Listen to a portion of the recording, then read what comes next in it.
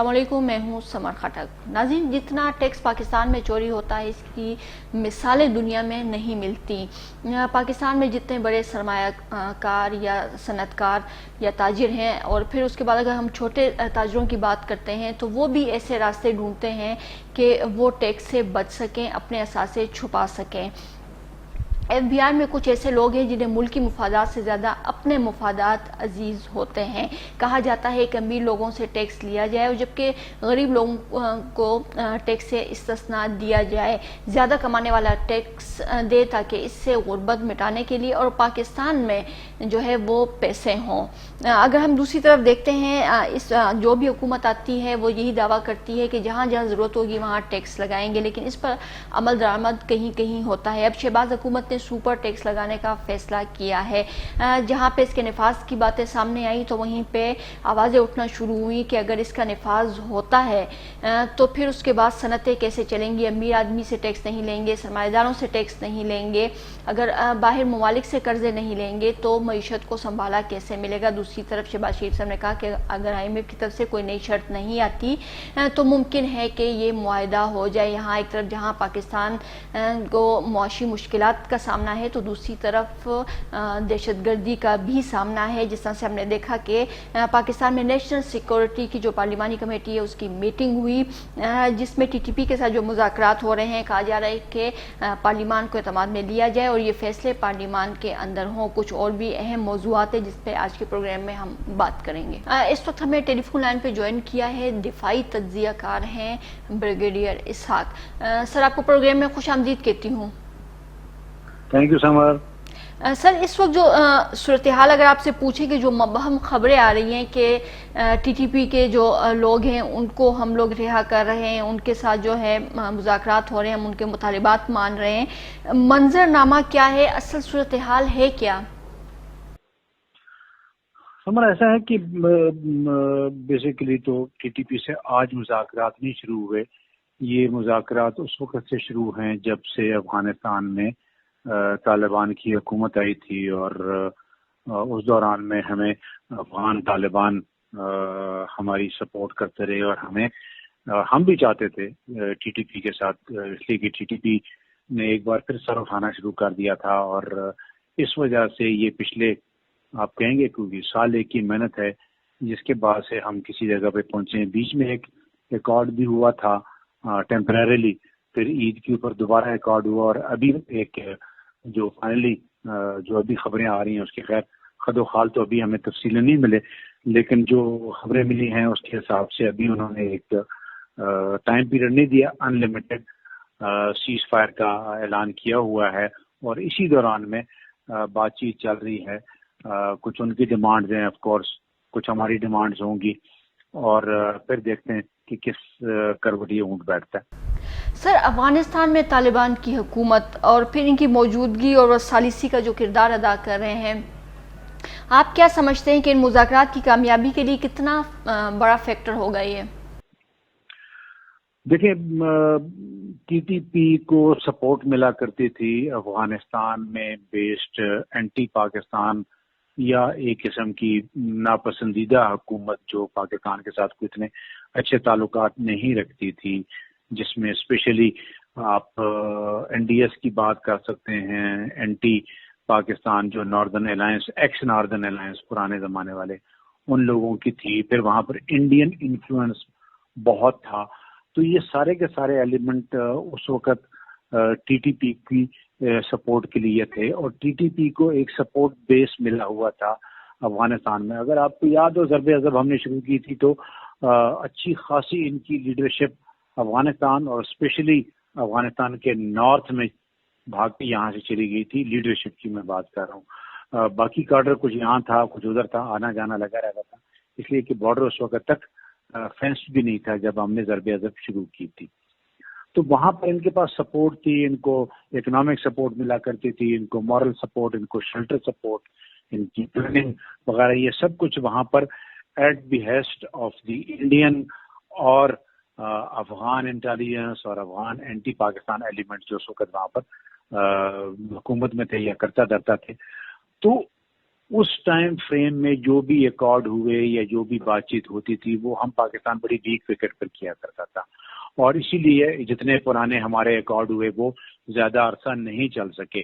ایک یہ بھی وجہ تھی، اور پھر وہاں پر امریکن بھی تھے، اور پھر امریکن کی ایلیگیشن پاکستان پہ چلا کرتی تھی کہ آپ طالبان کو سپورٹ کرتے ہیں، افغان طالبان کی میں بات کر رہا ہوں. لیکن پھر جب اگست 2021 میں افغان طالبان آتے ہیں حکومت میں، تو پھر سپورٹ بیس وہاں ختم ہوتی ہے.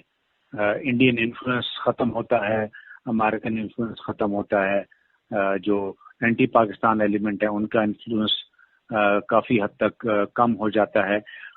تو ٹی ٹی پی کی جو سپورٹ بیس ہے وہ ختم ہو جاتی ہے. اس صورت میں ٹی ٹی پی کو وہاں پر جو افغان طالبان کی حکومت ہے، جو کہ ایک قسم کا پازیٹیولی پاکستان کی طرف دیکھتی ہے، پاکستان ویسے بھی پاکستان کا الزام ہے کہ ہم افغان طالبان کو سپورٹ کرتے رہے ہیں، بہرحال وہ ایک علیحدہ سٹوری ہے. لیکن اس کا فائدہ یہ ہوتا ہے پاکستان کو کہ افغان حکومت، طالبان حکومت پاکستان کی سپورٹ میں یہ ایک ایکارڈ لانے کی کوشش کر رہی ہے، جس میں سراج حقانی جو وہاں کے انٹیریئر منسٹر ہیں اس وقت، خلیفہ کے نام سے پہچانے جاتے ہیں، وہ اسپیر ہیڈ کرتے ہیں، چونکہ یہ انہی علاقوں میں رہے ہیں ساری زندگی جن علاقوں میں ٹی ٹی پی کا زور رہا ہے. میں بات کر رہا ہوں پاکستان کے فاٹا کے ایکس فاٹا کے علاقے، جس میں ساؤتھ وزیرستان، نارتھ وزیرستان، میران شاہ، وانا، یہ سارا علاقہ، اسی علاقے میں حقانیز کا ہمیشہ سے زور رہا ہے، اور افغان وار میں بھی یہ علاقہ وہ استعمال کرتے رہے ہیں. اور پھر اس کے اکراس دوسری طرف جہاں پر خوست، پکتیکا جیسے صوبے ہیں، وہاں پر یہی زدران ٹرائب جو ہے یہ پریڈومیننٹلی ایگزسٹ کرتا ہے. اور پھر حقانی کو جو پاکستان کی کافی کلوز بھی رہے ہیں، وہ اس وقت اس کو اسپیرڈ کر رہے ہیں، اور یہ ایک اچھی چیز ہے اس لیے کہ وہ اس وقت حکومت میں ہیں، طاقت میں ہیں. ٹی ٹی پی تھوڑی سی کمزور ہوئی ہے، تو مجھے لگ رہا ہے کہ یہ جو پیس ایکارڈ ہے یا یہ جو کوشش ہو رہی ہے یہ کافی حد تک کامیاب ہوگی. سر، یہ جو داعش فیکٹر کی ہم بات کرتے ہیں، آیا یہ داعش فیکٹر جو ہے یہ بھی مذاکرات جو ہے اس کے پیچھے کتنا ہے؟ کیونکہ ہم نے دیکھا ہے کئی کے پی میں کئی ایسے ایونٹس ہوئے ہیں جس میں ان کے فٹ پرنٹس جو ہم دیکھتے ہیں کہ ہمیں نظر آتے ہیں. کیا ایسا ہے کہ وہ طالبان کے بھی دشمن ہیں، اور پھر اس دیکھیں تو یہ ہمارے ہاں طالبان، یعنی جو افغان طالبان کی بات کریں، پھر ان کے جو ہے خلاف حکومت کر رہے ہیں. اس وقت طالبان کی ضرورت بن گئی ہے اور اس کے تحت یہ چیزیں آپ سمجھ رہے ہیں کہ ہو رہی ہیں؟ دیکھیے، جو داعش ہے وہ ایک علیحدہ فیکٹر ہے، وہ بھی طالبان کے خلاف ہے، اس لیے کہ وہ بھی ایکسٹریمسٹ ہیں. ان کی ڈیمانڈ مجھے آج تک سمجھ نہیں آئی کہ وہ چاہتے کیا ہیں. ان کا جو ٹرانس یا جس کو کہتے ہیں پین اسلامسٹ، یا ان کا جو خراسان والا امیج ہے وہ اس کو کیسے پورا کرنا چاہتے ہیں؟ آیا لڑکے پورا کرنا چاہتے ہیں تو کس کے ساتھ لڑکے پورا کرنا چاہتے ہیں؟ افغان حکومت کے ساتھ. افغان حکومت اس وقت ایک پیور اسلامی امارات کے نام سے جانی جاتی ہے. پاکستان حکومت کے ساتھ کرنا چاہتے ہیں. خراسان پروونس میں تو پھر آپ کا سینٹرل ایشین بھی آتے ہیں، آپ کے کچھ پورشن شاید ایران کے بھی آتے ہیں، افغانستان کے بھی آتے ہیں، پاکستان کے. تو اس کا تو مجھے کبھی بھی فرینکلی اسپیکنگ مجھے سمجھ نہیں آئی کہ خراسان والوں کا الٹیمیٹ آبجیکٹو کیا ہے، اور اس الٹیمیٹ آبجیکٹو کو وہ کیسے حاصل کرنا چاہتے ہیں. اور پھر وہ بڑی چھوٹی تعداد میں ہے. اتنی چھوٹی تعداد میں اگر وہ ایک انسرجنسی چلانا چاہتے ہیں تو وہ کس کی سپورٹ سے چلے گی؟ اس لیے کہ خود ہی تو وہ نہیں چلا سکتے ہیں، ان میں اتنی طاقت نہیں ہے، نہ فائنینشیل کی اور نہ شاید ان کے جو ان کا فائٹنگ کارڈر ہے اس کی. ہاں، وہ طالبان کو نقصان پہنچا رہے ہیں. طالبان کو نقصان پہنچنا اگر ہم دیکھتے ہیں تو طالبان کو، اگر طالبان کمزور ہوتے ہیں تو کس کو فائدہ پہنچتا ہے، یہ دیکھنا پڑے گا. یہ بڑا ضروری آئٹم ہے کہ افغانستان میں وہ کون سے لوگ ہیں جو طالبان کی حکومت کو مضبوط نہیں دیکھنا چاہتے، وہ کون سے عوامل ہیں، وہ کون سے non state actors, state actors, اور کون سے ممالک ہیں جو افغانستان میں طالبان کی حکومت کے خلاف کام کرنے جاتے ہیں. وہی لوگ آئی ایس کے پی اور آئی ایس اور داعش، جو بھی ہم ان کو نام دیں، ان کو سپورٹ کرنے کی کوشش کریں گے. اب یہی لوگ بدامنی پاکستان میں بھی کرتے ہیں، اس لیے کہ پاکستان بھی اس خراسان کے جغرافیے میں آتا ہے جو ان لوگوں کے دماغ میں ہے پرانا. تو لیکن ان کا کوئی فیوچر اتنا اچھا نہیں دیکھ رہا ہوں، اس لیے کہ وقت کے ساتھ ساتھ انشاءاللہ اگر افغانستان میں طالبان کی حکومت مضبوط ہوتی جاتی ہے تو آپ کی داعش کمزور ہوتی جائے گی، ٹی ٹی پی کمزور ہوتی جائے گی. پاکستان میں کافی حد تک ہم نے ان کے اوپر کنٹرول کیا ہوا ہے، وہ کنٹرول مکمل نہیں ہے، ابھی بھی ان کے واقعات ہوتے رہتے ہیں. وہ اس کی ایک وجہ یہ بھی ہے کہ جو پاکستانی طالبان ہے، جس کو ہم ٹی ٹی پی کہتے ہیں، کالعدم، اس کے دھڑے بہت سارے ہیں، ایک دھڑا نہیں ہے. تو ہم تو کسی 1 2 3 یا 4 دھڑوں کے ساتھ شاید نیگوسیشنز میں ہیں، لیکن ان کے وہ دھڑے جو نیگوسیشنز میں نہیں ہیں، وہ پاکستان میں اس قسم کے واقعات جو ہم ٹیررزم کے واقعات ہیں، ترہگری جس کو ہم لوگ کہتے ہیں، اس کا وہ ایکٹیویٹی کرتے رہیں گے. پاکستان کی سیکورٹی افواج، سیکورٹی اپریٹس جو ہے وہ ان کے ساتھ لڑتا رہے گا جب تک کہ ہم ان کے اوپر مکمل. لیکن پازیٹیو چیز وہی ہے کہ ان کی سپورٹ بیس ابھی کمزور ہوئی ہے. ٹھیک ہے سر، اگر ہم دیکھیں تو اس تمام سیناریوں کے اندر سیکورٹی تھریٹس وہ کیا ہیں ہمارے، اگر پازیٹیو بات کیا ہے اور سیکورٹی جو تھریٹ ہیں وہ کیا ہیں ہمارے؟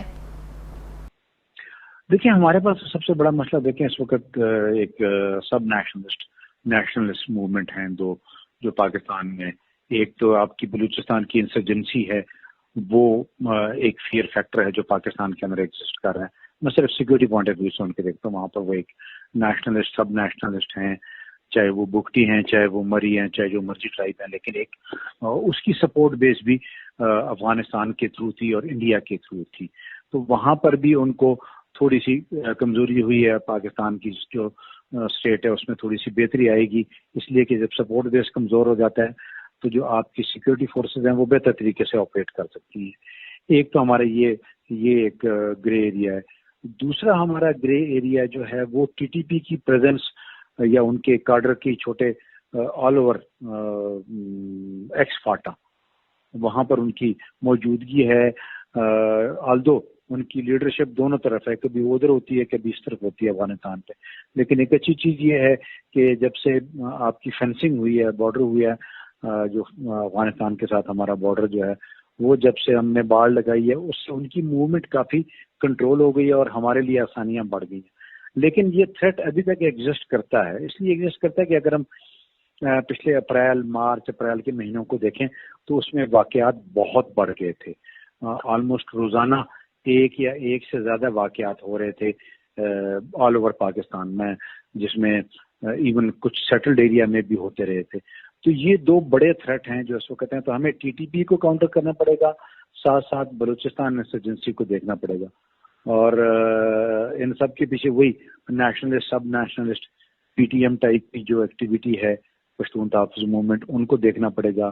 ان کے ایڈریس کو، ان کے جو کنسرنز ہیں ان کو ایڈریس کرنا پڑے گا، دیکھنا پڑے گا ان کے ساتھ ان کے کیا مسائل ہیں، وہ چاہتے کیا ہیں. جو ایکسیپٹیبل ڈیمانڈز ہیں بالکل. بغیر صاحب ایک دوسری چیز اس میں ہے، بغیر صاحب قطع کلامی کے لیے معافی، ایک اور چیز اس میں ہے کہ ہمیں کہا گیا تھا کہ جو نئی سیکورٹی پالیسی بنی ہے اس کا کور جو ہے اکانومی ہے. اب اکنامک سیکورٹی ہے جو ہے وہ سب سے پرائم ہے. آپ اس کو کس طرح سے دیکھتے ہیں؟ آپ کا تجزیہ کیا ہے؟ دیکھیں دنیا کی تمام جو لائف لائن ہے وہ اکانومی کے ساتھ لنکڈ ہے، ریلیٹڈ ہے. اکانومی اس لیے کہ اگر آپ کی اکانومی اچھی ہے تو آپ کی فوج اچھی ہوگی، آپ کی سیکورٹی ادارے اچھے ہوں گے، آپ ان کو اچھا ساز و سامان دے سکیں گے، لڑ سکیں گے. ان علاقوں میں جہاں پر سیپریٹسٹ موومنٹ چل رہی ہوتی ہیں ان کی بھی بڑی وجہ اکانومی ہوتی ہے. آپ وہاں پر ڈیولپمنٹ کر سکتے ہیں، آپ وہاں پر ان لوگوں کے کنسرنز، اکنامک کنسرن ایڈریس کر سکتے ہیں. وہاں پر بزنس ایکٹیویٹی شروع ہو سکتی ہے، ایجوکیشن ہے، وہاں پر صحت کے مسائل ہیں، وہاں پر گورننس کے مسائل ہیں. تو دیکھیں جو امن ہے، امن کا تعلق آپ کے اقتصاد سے ہوتا ہے، آپ کی اکانومی سے ہوتا ہے. امن خراب تب ہوتا ہے جب اکنامکلی چیزیں خراب ہوتی ہیں. پاکستان بدقسمتی سے اکنامکلی ایک بیڈ اسٹیٹ میں سے گزر رہا ہے، پہلے بھی تھا. ہم ہمیشہ ڈیفنس بجٹ کے اوپر اس کو کہتے ہیں شور مچاتے ہیں کہ جی 18%، 20%، کچھ نے تو عقل مندوں نے اس کو 60-70% تک بھی پہنچایا ہوا ہے. لیکن ڈیفینیٹلی یہ وہ بجٹ ہوتا ہے جو کہ بہت بڑا برڈن ہوتا ہے. پاکستان ایک اسٹینڈنگ آرمی مینٹین کرتا ہے جس کی تعداد 1 ملین سے اوپر ہوگی شاید. اب اس 1 ملین سے اوپر والی سیکورٹی فورسز کو اکنامکلی سسٹین کرنے کے لیے آپ کے پاس اچھی اکانومی کا ہونا ضروری ہے. تو ویک اکانومی آپ کی ویک ڈیولپمنٹ کی طرف بھی جاتی ہے, آپ کی ویک سیکورٹی سچویشن کی طرف بھی جاتی ہے. تو یہ جو ابھی آج کل کے حالات چل رہے ہیں اس کے اندر دیکھتے ہوئے تو اگر ہم اسی اکنامک کنڈیشن میں چلتے رہے تو شاید ہم بیڈ سیکورٹی کی طرف بھی چلے جائیں.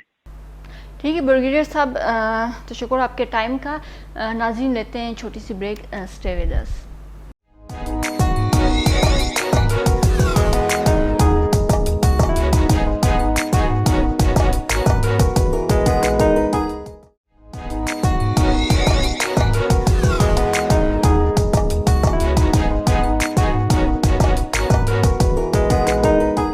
Welcome back. اس وقت ہمیں ٹیلی فون لائن پہ جوائن کیا ہے سینئر معاشی تجزیہ کار ہیں اکرام خان ہوتی صاحب.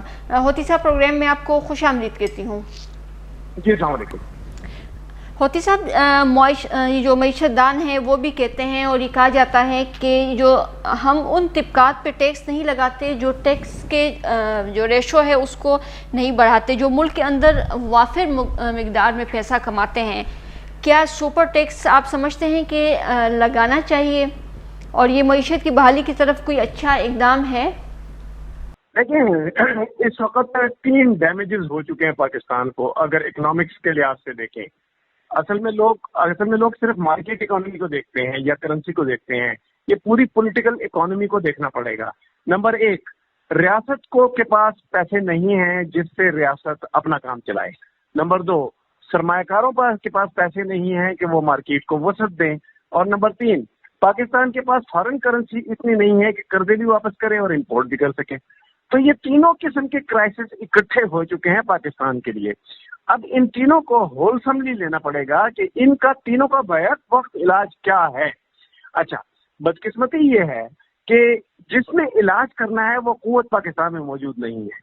اس کا مطلب یہ ہوا کہ پاکستان میں 3 قسم کے لوگ ہونے چاہیے. ایک وہ جن کے پاس فارن کرنسی اور لوکل کرنسی دونوں میں جو سرمایہ کاری ہے وہ کرنے کی کیپیسٹی موجود ہو. نمبر 1, وہ لوگ موجود نہیں ہیں.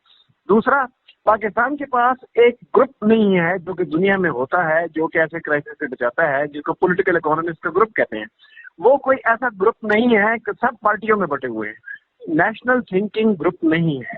اور نمبر 3, پاکستان کی جو ریاست ہے اس کو فیصلہ سازی میں بڑی پرابلم ہے.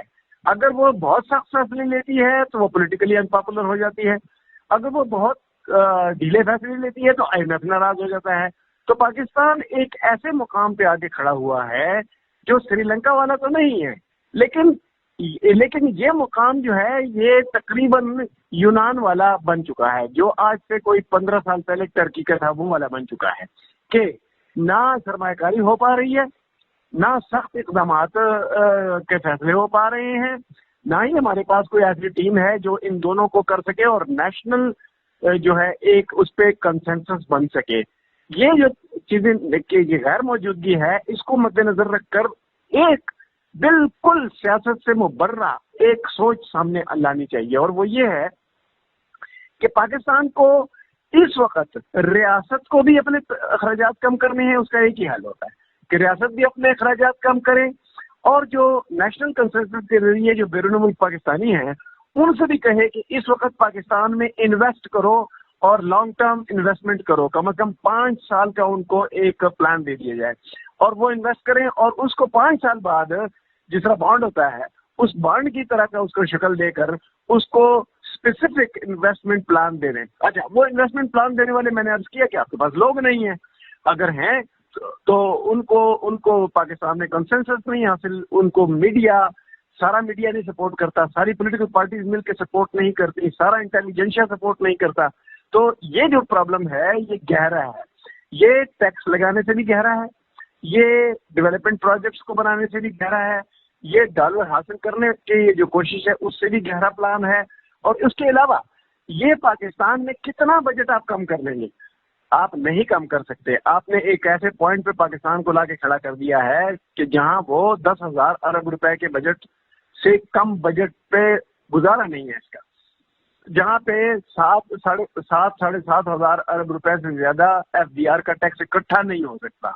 تو یہ جو صورتحال ہے, اور جہاں پہ آپ کو $50 ارب اس وقت لازمی طور پہ چاہیے, آپ کے پاس $50 ارب 50 سال میں بھی نہیں آ سکتے اگر صورتحال یہ رہی. تو یہ جو صورتحال ہے, اس میں ہم نے IMF کے تحت جو پروگرام ہے اس کے ساتھ اپنے کو ٹائی اپ کر رکھا ہے. اس ٹائی اپ کرنے کے اپنے بڑے مضمرات ہیں اور اس کی مشکلات ہیں. تو پاکستان یہ چوتھی مشکل ہے جو IMF کے پاس پھنس گیا ہے. 3 وہ مشکلات ہیں, چوتھی یہ ہے. ایسی صورتحال میں ایک نیشنل کنسنسس پلان آنا چاہیے تھا, اور جو شہباز شریف نے شروع میں ہی اسمبلی کے بنتے ہی وہ جو کہا تھا کہ آئیے ہم ایک نیشنل اکنامک پلان بنائیں, اس پہ ان کو صحیح جو رد عمل تھا وہ نہیں ملا. اب یہاں پہ مسئلہ یہ ہے کہ جو نکلنے کا راستہ ہوتے ہیں 2 ہوتے ہیں, کہ وہ لوگ ہوں جو کنسنسس بنائیں اور وہ سیاسی پارٹیاں ہوں جو کنسنسس کے لیے تیار ہو جائیں. وہ صورتحال نہیں ہے پاکستان میں, لہذا صورتحال بہت پیچیدہ ہے. ٹھیک ہے. اچھا ہوتی صاحب یہ بتائیں کہ جو بجٹ خسارہ کہتے ہیں, اس میں آپ کیا سمجھتے ہیں کہ کتنی کمی آ سکتی ہے؟ اس کو بھی ڈسکس کیا جا رہا ہے, کیونکہ ٹیکس کی جو شرح ہے وہ 29% سے بڑھ کر اب 39% جو ہے وہ ہو جائے گی. تو آیا اس میں بجٹ خسارہ جو ہے وہ کم ہوگا؟ دیکھیں, بجٹ خسارہ کم ہوتا ہے ہمیشہ کہ آپ کے ٹیکس اور نان ٹیکس ریونیو بڑھے. آپ کے ٹیکس اور نان ٹیکس ریونیو بڑھتے ہیں سرکاری ایسٹ سے اور ٹیکس کی شرحوں سے اور ٹیکس صحیح لگانے سے. نہ پاکستان کا ٹیکس صحیح لگتا ہے نہ اس کی شرحیں ٹھیک ہیں. ایک حد سے شرح بڑھاؤ گے تو بزنس ڈوب جائے گا, ایک حد سے کم شرح لگاؤ گے تو ریاست ڈوب جائے گی. بزنس اور ریاست کے درمیان یہ ایک بیلنس کریٹ کرنا ہے, یہ ہو نہیں پا رہا. اگر یہ ہو جائے تو پاکستان اگلے 10-15 سال میں اس صورتحال سے نکل سکتا ہے کہ وہ سری لنکا کی سچویشن میں نہ جائے. لیکن یہ اگلے 2-3 سال بہت امپورٹنٹ ہیں. اگر آپ نے ٹیکس لگانا ہے امیروں پر تو امیروں پر بھی ٹیکس اتنا ہی لگائیے کہ وہ اسے برداشت کر سکیں اور انویسٹمنٹ کر سکیں, ورنہ یہاں سے پاکستان سے اٹھا کر وہ انویسٹمنٹ کہیں اور لے جائیں گے. دوسرا, بیرون ملک جتنے بھی انویسٹرز ہیں ان کو آپ دعوت دیجیے کہ پاکستان میں اسٹاکس میں اور انڈسٹریز میں اور جو سروسز ہیں ان میں اپنی انویسٹمنٹ بڑھائیں. ایک چھوٹا سا اشارہ تو کل مل گیا کہ UAE والے, سعودی عرب والے, دوسرے یورپ کے کچھ ملک وہ چاہتے ہیں کہ پاکستان کی PIA, پاک اسٹیل اور یہ اس طرح کے بڑے بڑے ادارے خرید لیں, کیونکہ یہ چھوٹی کمپنیاں نہیں خرید سکتی. تو یہ G2GD کی طرح ہوگا کہ گورنمنٹ ٹو گورنمنٹ معاہدے ہوں اس کے. لیکن اس سے کتنے پیسے آ جائیں گے؟ اس سے آپ $10 ارب نہیں بنا سکتے. اگر آپ نے کرنا ہے یہ سارا پلان تو ایک ایسا پلان بنائیں جس سے $10 ارب آپ کے پاس آئیں. اس کا ایک واحد طریقہ ہے کہ آپ کے جو بزنس جو کوریڈورز ہیں جتنے بھی ہیں ان پہ انویسٹمنٹ ہو اور ان کو کھلی دعوت دیں, اور ملیشیا کی طرح کہیں کہ ہمارے بزنس کوریڈورز کراچی سے لے کر اور چائنا کے بارڈر تک یہ جتنے بھی ہیں, اور گوادر سے لے کر چائنا کے بارڈر تک یہ آپ کے اوپن ہو جائیں. یہاں پہ کنسٹرکشن شروع ہو جائے. یہاں پہ جو ہے بہت بڑا انفراسٹرکچر بنانے کی ضرورت ہے, اور انہیں کہیں کہ آپ انفراسٹرکچر بھی خود بنائیں. آپ سب کچھ کریں, 50 سال کی لیز پہ دیں ان کو, انہیں کہیں کہ آپ اس میں بزنس کریں. اس سے امپلائمنٹ بھی جنریٹ ہونا شروع ہو جائے گی, کنزمپشن بھی شروع ہو جائے گی, مارکیٹ ایکٹیویٹی بھی شروع ہو جائے گی, ٹیکس بھی ملنا شروع ہو جائے گا, اور ملک سری لنکا کی طرف نہیں جائے گا. اچھا ہوتی ہے ایک اور چیز, یہاں پہ یہ لوگ بات کریں کہ سپر ٹیکس جو ہے وہ 1 ٹائم ٹیکس کو کہا جا رہا ہے. یعنی ہمیں تو یہ سمجھائیں کہ 1 ٹائم ٹیکس جو ہے وہ کس طرح سے ہوگا. پھر اگر انڈسٹری 10% ٹیکس جو ہے وہ دے دیتی ہے تو عام عوام کا تو کوئی حال نہیں نا. پھر وہ اس کو تو چھوڑ دیں, جو کہتے ہیں کہ قوت خرید سے باہر, تو کیا وہ تو چیز کی طرف سے پھر دیکھے گی بھی نہیں؟ دیکھیں, کمپنیز ٹیکس کا اپنا قانون ہے اور پرسنل ٹیکس کا اپنا قانون ہے. جو یہ لگا ہے کمپنیز پہ اور بڑی کمائیوں پہ, بڑی کمائیوں پہ یہ 1 سال رہے گا, اور اگر ایسے کوئی تھوڑے بہت پرسنز ہیں جن پہ یہ لگ سکتا ہے تو ان پہ بھی 1 سال لگا رہے گا. اس کو کہتے ہیں 1 ٹائم, یعنی کہ 1 مالی سال کے دوران. اب یہ 1 مالی سال کے دوران بزنس کمپنیاں ہیں وہ اپنے گوشواری جب داخل کراتی ہیں اور پرسن جب داخل کراتے ہیں تو وہ اس سال میں 1 دفعہ کراتے ہیں. اور اس میں یہ ہوتا ہے کہ بیچ بیچ میں ود ہولڈنگ ٹیکس وہ دی جاتے ہیں. جو ود ہولڈنگ ٹیکس ہے وہ مسلسل آتا رہتا ہے, وہ امپورٹ پہ بھی ہے, وہ انکمس پہ بھی ہے, وہ سیلز پہ بھی ہے. تو یہ جو ٹیکسیشن کا سسٹم ہے, اس سسٹم کے تحت وہ آئیں گے, لیکن ون ٹائم کا مطلب یہ کہ ایک مالی سال کے دوران آئیں گے. یہ وزیر خزانہ صاحب جو کہتے ہیں کہ ملک ترقی کی راہ پہ گامزن ہے, اگر ملک ترقی کی راہ پہ گامزن ہے تو آئے دن جو ہے نئے ٹیکسز پھر کیوں لگ رہے ہیں؟ ان کی یہ منطق کی لوجک ہے, یہ تھوڑا ہمیں سمجھا دیں کہ قیمتیں بھی دیکھتے ہیں کہ تقریباً روزانہ کی بنیاد پہ بڑھتی ہیں, تو پھر اس کی ضرورت کیوں پیش آتی ہے جو نئے ٹیکسز روزانہ لگتے ہیں پھر قیمتیں بڑھتی ہیں؟ یہ لوجک تھوڑی ہمیں سمجھا دیں. یہ دیکھیں, ایک تو وزیر خزانہ کی آپ نے بات کی تھی, پاکستان میں اردو میں پاکستان کے لوگوں کو یہ بتانا کہ صورتحال کیا ہے بڑا مشکل کام ہے. جو مفتاح صاحب ہیں, میری پچھلی 40 سالہ جو جرنلسٹ ایک کریئر گزرا ہے اس میں نے دیکھا ہے کہ وہ بہت سمارٹ ہے اپنے آپ کو ایکسپریس کرنے میں. وہ یہ بات کہہ رہا ہے کہ در حقیقت پاکستان کو ہم نے صحیح رستے پہ ڈال دیا ہے, یہ بہت غلط رستے پہ چل نکلا تھا. ایک تو یہ بات کر رہا ہے. دوسرا یہ کہہ رہا ہے لیکن اس رستے پہ چلنے میں دشواریاں بھی ہیں, یعنی کہ دشواریاں یہ ہیں کہ آپ کو اپنے اخراجات کم کرنے ہیں, خسارے کم کرنے ہیں, قرض کم لینا ہے, اور اس کے ساتھ ساتھ اپنی محصولات بنانی ہے, اپنی جو نان ٹیکس انکم ہے وہ بڑھانی ہے, تو اپنے ایسٹس جو ہیں, جو ایسے ایسٹس جو کہ آمدنی دے سکتے ہیں ان کو بڑھانا ہے. یہ ہے پلان. اب اس پلان کو وہ کس طرح بیان کر رہا ہے, اس پہ تو کوئی بھی بندہ جو ہے پاکستان میں بہت اچھی طریقے سے بات نہیں کر سکتا, لیکن وہ یہ بات کر رہا ہے جو سمجھ میں آتی ہے. اس کو سب سے بڑی پرابلم یہ ہے کہ 10,000 ارب روپے کا جو بجٹ ہے, اور اس کے علاوہ آپ کو اسی سال 15-20 ارب ڈالر بھی چاہیے. تو یہ دونوں کام کس طرح ہوں گے کہ یہ بجٹ بھی پورا ہو جائے, اس پہ میں زیادہ ٹیکس نہ لگانے پڑے, اور ایسے ذرائع بھی آئیں جو کم شرح منافع پر آپ کو قرضہ بھی دے دیں, اور بیرون ملک سے پاکستانی جو ہیں وہ بھی اپنی رفتار تیز کریں پاکستان کو فارن کرنسی بھیجنے میں, تو یہ اور انویسٹمنٹ بھی بڑھ جائے. تو یہ ایک اکانومی جو ہوتا ہے یہ کمپلیکس پلان ہوتا ہے. یہ کوئی ایسا نہیں ہوتا کہ آپ نے صرف ٹیکس جمع کرنا ہے, انویسٹمنٹ لینی ہے, آپ نے فارن کرنسی لینی ہے, آپ نے قرضے واپس کرنے ہیں. یہ سارا جڑا ہوا ماحول ہوتا ہے. اس میں آپ کو ایسا پلان کرنا ہے کہ کہیں پہ سرمایہ کاری نہ رک جائے, کہیں پہ ڈالر آنا نہ رک جائے, کہیں پہ قرضوں کی واپسی نہ رک جائے, کہیں پہ امپلائمنٹ نہ رک جائے, امپلائمنٹ جنریشن کا پروسیس نہ رک جائے, مہنگائی نہ بڑھ جائے کہیں. یہ ساری چیزیں دیکھنی پڑتی ہے. اور وہ کہہ رہا ہے, بار بار کہہ رہا ہے کہ ہم بہت سخت مصیبت میں ہیں, لیکن اس مصیبت سے نکلنے کا اس سے بہتر پلان بھی ہونا چاہیے کوئی. وہ پلان کے لیے نیشنل کنسنسس ہے. صحیح, ٹھیک ہے. اکرام ہوتی صاحب, تشکر آپ کے ٹائم کا. ناظرین لیتے ہیں چھوٹی سی بریک, اس کے بعد ہم حاضر ہوتے ہیں.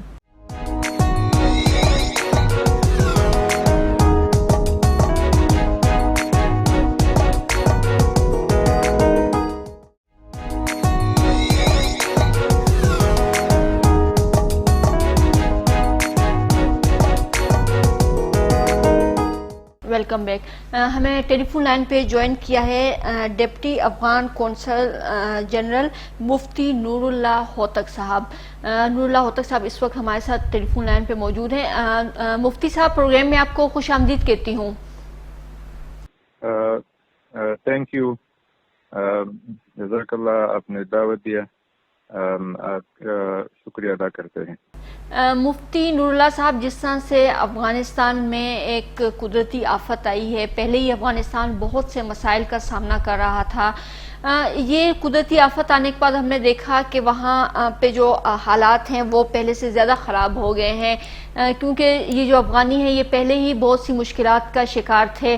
اس وقت اگر میں آپ سے پوچھوں کہ اس وقت وہاں پہ صورتحال کیا ہے جہاں پہ یہ زلزلہ آیا ہے؟ وہاں پر یہ جو بچانے والی ٹیمیں ہیں وہ مصروف عمل ہے, اور اسلامی امارت اسلامیہ بھی اپنی کوشش کر رہا ہے. پہلے دن سے امارت اسلامیہ نے بہت کوشش کیا, زخمیوں کو اسپتالوں پہنچا دیا, اور کوشش کیا گوداموں میں جتنا ذخیرہ تھا غلے کا اور ٹینٹوں کا وغیرہ وہ سب نکال دیے, اور وہاں پر جو متاثرین ہے اس سے پہنچا دیے. ابھی بھی سرکاری و غیر سرکاری ٹیمیں کوشش کر رہے ہیں. ملبے کے نیچے جو لوگ آئے ہوئے ہیں ان کو بچانے کے لیے بہت کوشش جاری ہے، اور مختلف ممالک سے امدادی بھی پہنچتے ہیں. آپ نے شاید سن لیا ہوگا متحدہ عربی امارات نے بھی امداد پہنچا دیا. اسی طرح چائنا، پاکستان نے، ایران نے، یہ سب حکومتیں لگے ہوئے ہیں، کوشش کر رہے ہیں کہ وہاں پر جو متاثرین ہے اس سے امداد پہنچائے. اچھا، آپ نے ہسپتالوں کی بھی ابھی بات کی، تو ہسپتالوں کی صورتحال کیا ہے؟ کیونکہ ابھی آپ کو حکومت سنبھالے ہوئے سال بھی پورا نہیں ہوا، بمشکل 8-9 مہینے ہوئے ہیں، تو اس وقت ہسپتالوں کی صورتحال کیا ہے؟ حکومتی مشینری اس حوالے سے کیا کر رہی ہے؟ وہاں پر پکتیا اور پکتیکا اور خوست جو زلزلے سے بہت متاثر ہوئے ہیں، وہاں پر اسپتالوں کا حالات کچھ درست نہیں ہے، وہ کمزور ہے. اس لیے امارت اسلامیہ نے کوشش کیا وہاں پر جو زخمی ہے وہ کابل کو پہنچا دے. اور پہلے دن سے شاید آپ نے دیکھا ہوگا میڈیا کے ذریعے سے ہیلی کاپٹر کے ذریعے سے زخمیوں کو پہنچا دیے، اور ایمبولینس بھی لگے ہوئے کوشش کر رہے کہ زخمیوں کو کابل تک پہنچائے. وہاں پر اسپتال ہے، وہاں پر ڈاکٹروں کو بھی مختلف جگہوں سے جو بہت سینئر ڈاکٹر ہیں انہیں جمع کیا ہے کہ اس جو متاثر ہوئے ہیں، زخمی ہے، اور جن پر یہ گرے الٹا ہو گئے ہیں، اس کا علاج کیا جائے. مفتی صاحب، یہ جو ڈاکٹرز کی آپ نے بات کی، یہ افغانستان کے آپ کے اپنے ڈاکٹرز، اور کیا باہر سے بھی ڈاکٹرز آ رہے ہیں اس وقت؟ پہلے جب یہ زلزلہ واقع ہوا، وہاں پہلے دن سے امارت اسلامیہ نے سب سینئر ڈاکٹرز کو جو اپنے ملک میں ہے افغانی ڈاکٹرز ان کو جمع کیا. ابھی کچھ ٹیمیں باہر کے ڈاکٹرزوں کی بھی پہنچ گئے ہیں وہاں پر. وہ اپنی کوشش کر رہے ہیں اب کہ زخمیوں کا علاج ہو جائے. اچھا، پاکستان کی طرف سے بھی آپ لوگوں کی طرف امداد جا رہی ہے. پاکستانی حکومت تو ٹھیک ہے اپنے طور پہ کر رہی ہے، پھر ہماری عوام بھی پتہ جب اس طرح کے حالات آتے ہیں تو وہ بڑھ چڑھ کر اس میں حصہ لیتی ہے. ایک برادر ملک ہے ہمارا، اپنی ایک زبان ہے ہماری، ایک مذہب ہے ہمارا، بہن بھائی ہیں ہمارے. تو آپ پاکستانی عوام سے کتنا مطمئن ہیں؟ کیا اس طرف سے بھی کوئی ہے؟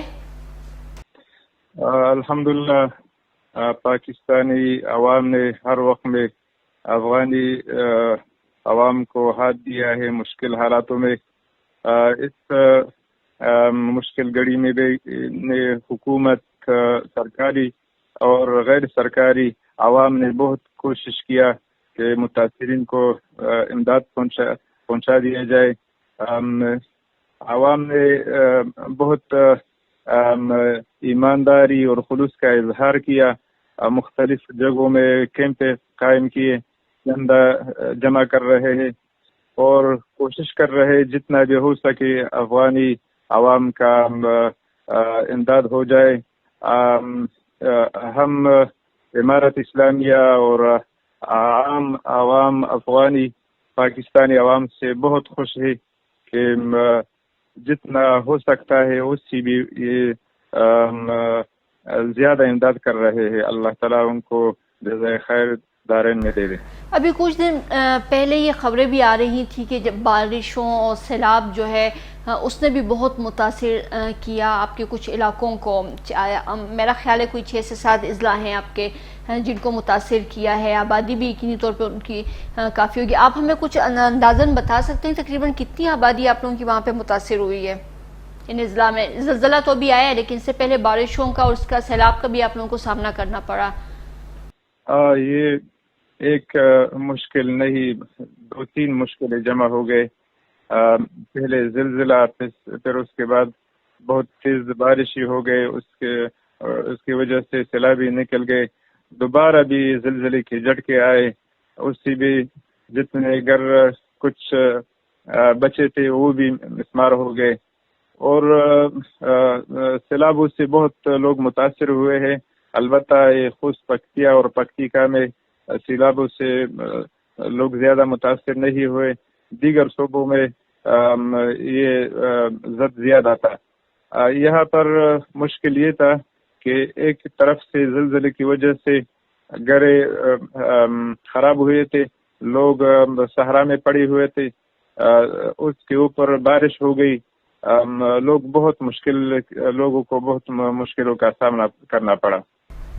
اچھا، دوسرا یہ کہ آپ کے ایک تو افرادی قوت کی بات ہم کرتے ہیں، جب ایسے حالات آتے ہیں تو ظاہری بات ہے اس کی ضرورت پڑتی ہے کہ اس طرح کے حالات سے نکالیں مشکل سے، تو آپ کیا سمجھتے ہیں کہ آپ کو کسی مزید رضاکاروں یا ان کی ٹیموں کی ضرورت ہے، یا اپنے طور پہ آپ لوگوں کا یہ کافی حد تک یہ آپریشن مکمل ہو چکا ہے، یا اس وقت آپ مطمئن ہیں اس چیز سے؟